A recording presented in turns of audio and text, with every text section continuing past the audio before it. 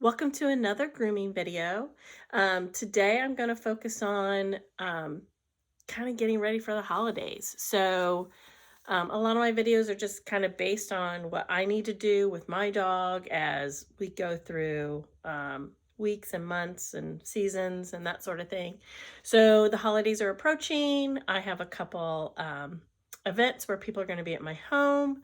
So I am going to start, getting Jibe ready for those guests. Um, I am at a point right now, I've kind of run out of some time, and so I'm not sure if I'm going to be able to give her a bath. So I'll be, full disclosure there. In a perfect world, she'd get a bath this week. I just don't know if I'm going to be able to get it done. So today is, I'm going to comb her out today and kind of see where I'm at. Maybe apply some products to see if I can get through the holidays, and kind of make my final decision if I'm going to go ahead and give her a bath or not. Because I don't currently have a bath at my home. So in the winter, I would go somewhere to bathe her and then bring her back to my home to blow her out.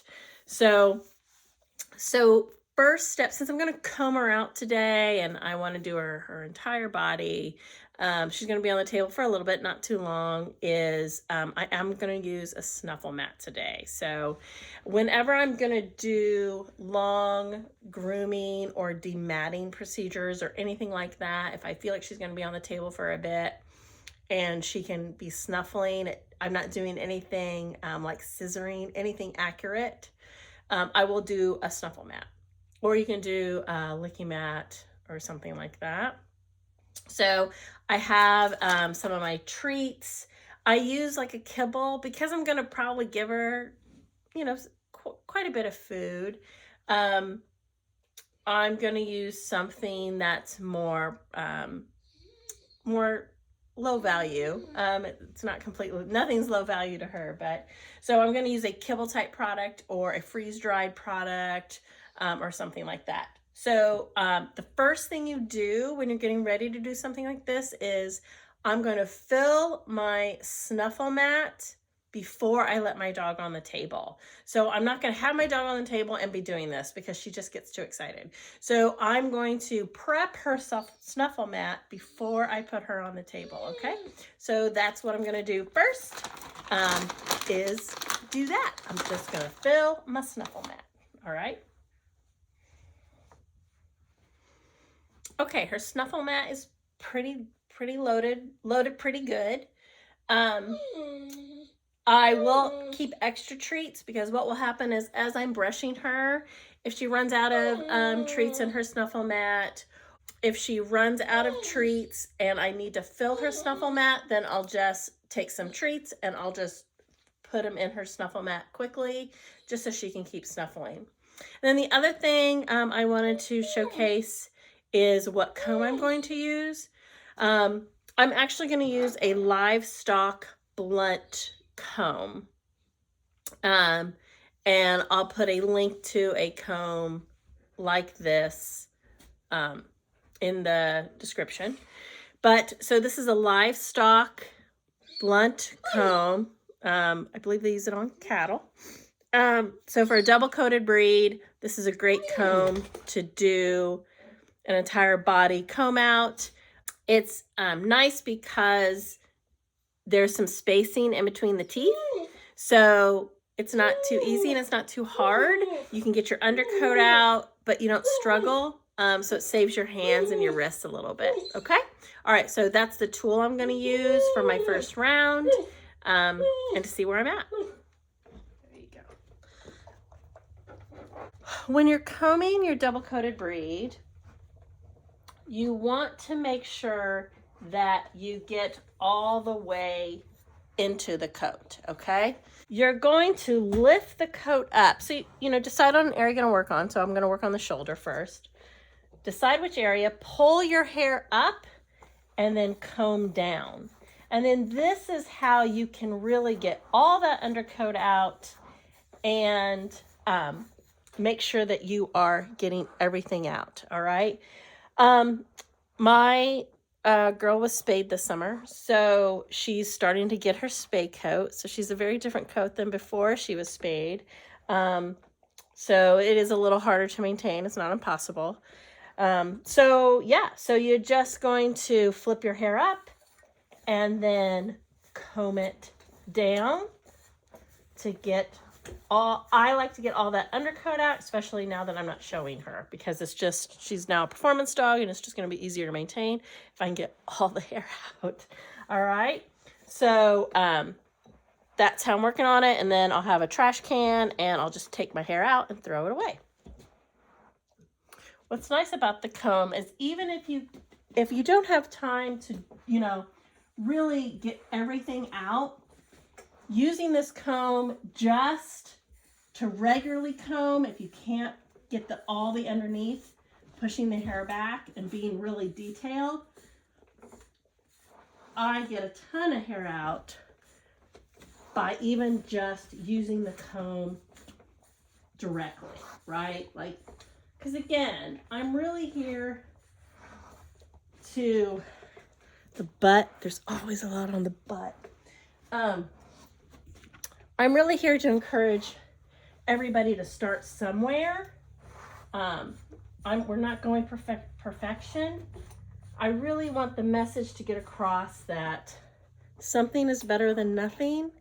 And so even if you just want to take this comb that's super easy to use and just comb your dog without, you know, just even a quick comb, you will get stuff out.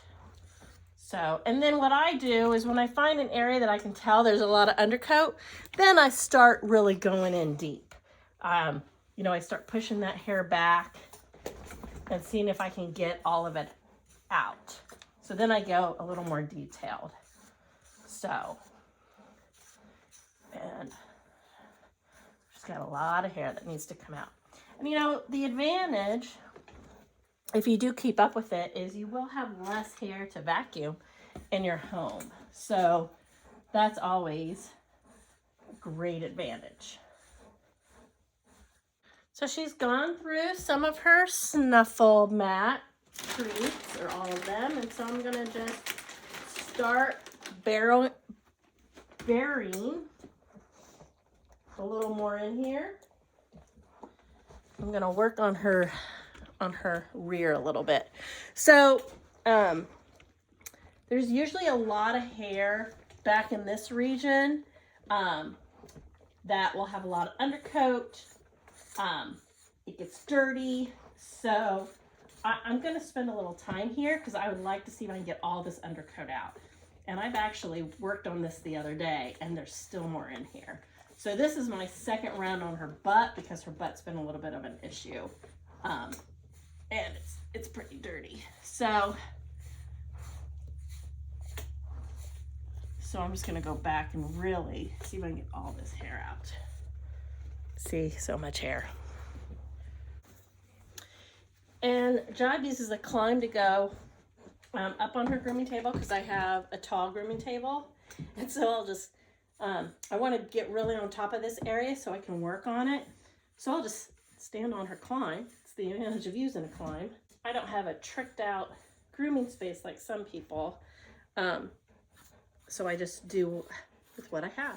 So don't forget to get in between the legs, especially if you have a girl, probably a boy too. Because, you know, there's gonna get some pee on there. So, I know I'm getting somewhere when I get less on my comb. So I'm just going in between her legs here, moving her tail out of the way, maybe putting my hand pressing against the skin so I don't pull it. Okay, this is starting to look better. I can tell because I'm getting less hair in my comb. The hair is actually getting softer. And it actually looks less dirty. And there's not so many tufts, like I can see loose hair. So I'm actually starting to get to the point this is probably almost done back here. So And I would just come back to it. I would do another area, and then I would come back to this area. And so it is getting so much softer the more I kind of work that area. And then I keep fluffing it up and make sure I get everything that I want to get out. It's kind of satisfying. A lot of dogs and people like brushing their dogs because it can be very therapeutic for both. It's good for the dogs, it's good for their skin, it's good for their hair. It's actually good for their nervous system too, because you're activating it a little bit. So you're kind of agitating it. So once I feel like she's received enough treats in her snuffle bowl, and I need to move to her chest, I'm actually going to switch to her Zen bowl so that she can look at her food, but she's not going to be, I'm not going to have a snuffle mat to distract her. Now again, I do this a lot with her, so she is okay without a snuffle mat. You may still need a licky mat and a snuffle mat, but usually I kind of switch to the Zen bowl once we're kind of through some of our brushing and dematting. So I'm going to go ahead and do her chest. Now the chest especially, I would tell you, you really got to flip that hair up and then make sure you get everything underneath. Again, there's a lot of knotting that happens here, so be careful. You may need a product like a detangler, Cowboy Magic. I may need something. So you just want to be careful, hold the skin. And then if you need to, apply a product, help you and your dog. If your dog wears a harness, you're probably going to have a lot more matting in their pits, their armpits, and their chest. So keep that in mind.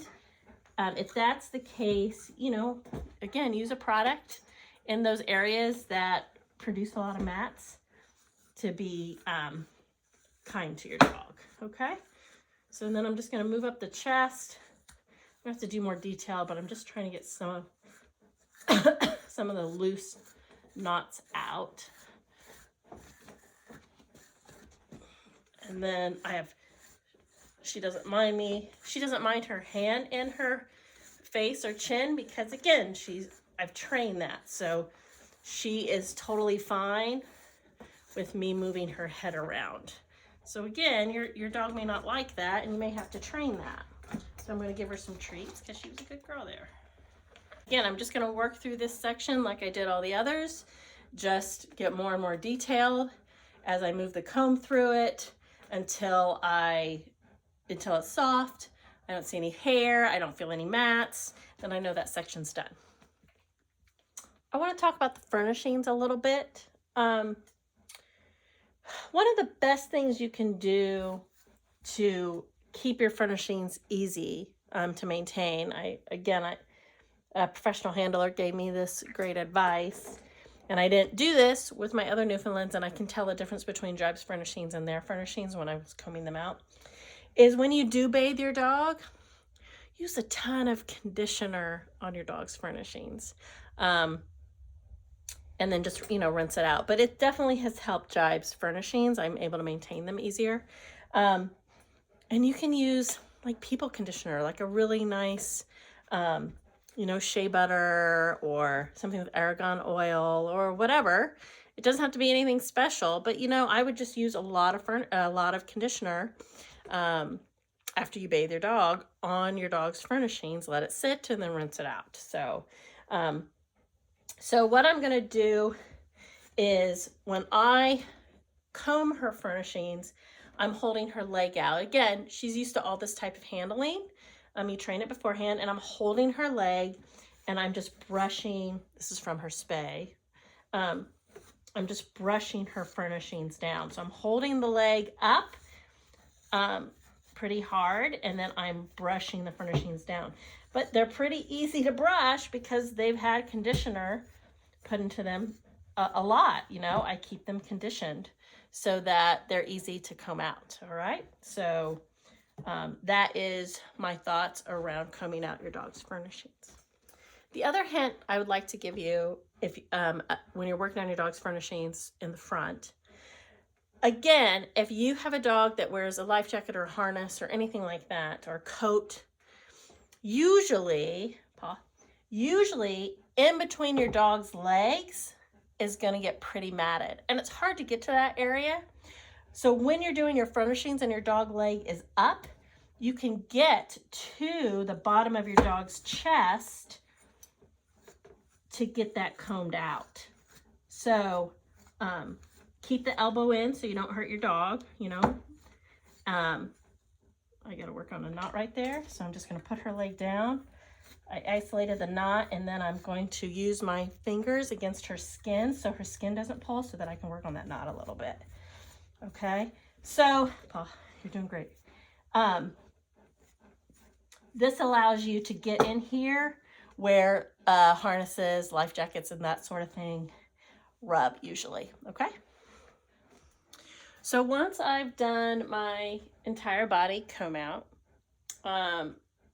either I would give a bath that day or the next day. Today, I'm just going to use some self-rinsing shampoo near her private area, so mostly in between her legs where I know pee hits her fur. So I'm going to do that, and then I'm going to apply conditioner probably everywhere.